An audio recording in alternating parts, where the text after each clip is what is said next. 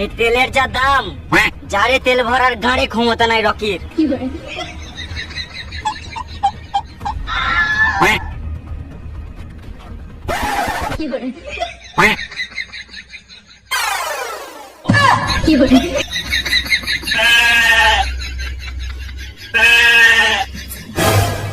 লে এবারে পেরো, দেখ কোন পা ব্যথা করবে।